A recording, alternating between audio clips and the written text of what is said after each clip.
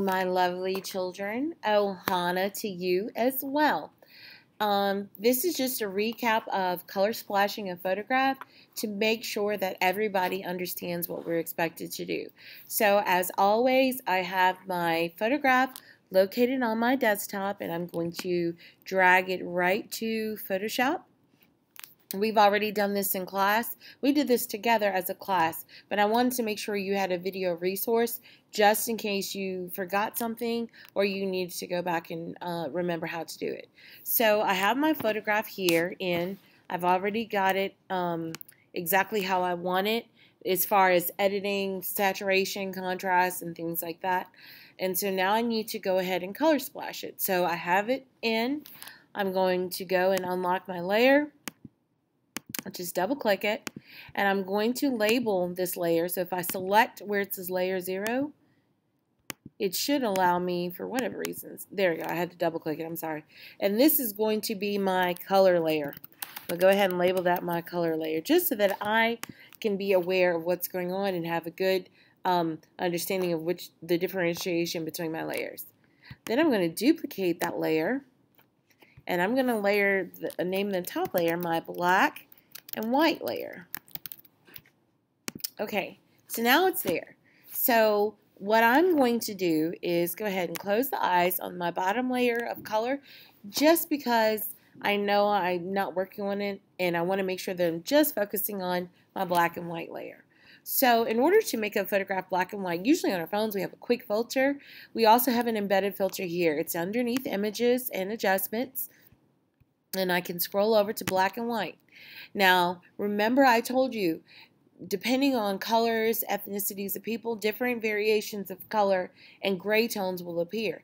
If you're Caucasian or a light Hispanic, European, Asian, you're probably going to have fair skin, so the red and yellow tones and sometimes the greens will be apparent. If you are a person of color, you're always going to have cyan, blue, and magenta. So that's why you can see those dark variations, especially if you look right here in the jerseys of the freshman football team, because you can see those colors are dark. Likewise, right here, if you look at this, this is a person of fair skin. I think this is a Caucasian student. You see where it's really light. If I drag it down, you'll see those drastic colors happen, okay? So I'm going to change that, and I'm going to leave that adjustment right there, and I'm going to click OK. Following that, I'm going to go to Image, Adjustments, and I'm going to go ahead, and I want to play with the contrast, actually. I really want to bring in a little bit more light and drama. So not too much to where there's hot spots like here and here, so I'm going to leave it toned down. So I've got everything where I need it to be. The only thing I need to do now is color splash my subject matter. Now, when you're color splashing, you can either have the black and white layer on top or you can have the color layer on top. Pardon the bell. I'm going to go ahead and just leave it on top and go get my eraser, select my eraser tool, go to my hardness and make sure that I have it all the way hard and get a size that I'm pretty comfortable with, and I'm comfortable with that size. And then I'm just going to zoom in. I'm on my layer. I'll come over and turn my eye back on so it doesn't look like I'm erasing to a checkerboard. And I'm just going to go around my subject and color splash them. And I'm going slow because I want to just grab the jersey. Some of the subtle areas behind it I'm probably going to end up grabbing by accident, but it'll be okay. Because at least I'm understanding the technique. This is about understanding the technique. The perfection of the technique will come when you guys are actually working on your assignments. Your conceptual photo study, when you get to your conceptual photo study, you will be required to demonstrate each one of these techniques in your photo study.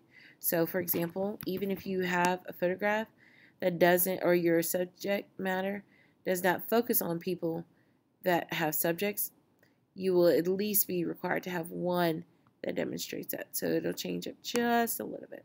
Okay, so like for example right here you can see that there's grass going through there that I color splash. What you would normally do is go in, zoom in, change the size of your cursor, and go on in and bring it down.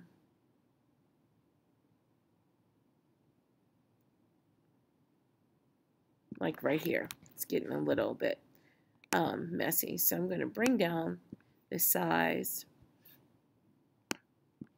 and I'm going to go ahead and drag it across my subject around the thigh.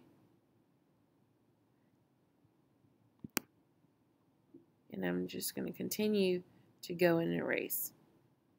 Okay? So you would go through this whole process. Once you have it erased completely and you've cleaned up your lines, then you would go to select both of them, merge, and then file, save as, change it to, save it to your desktop, change it to a JPEG, make sure the file size is at maximum, which is 12, select OK, and then you would be done. All right, Ohana, guys.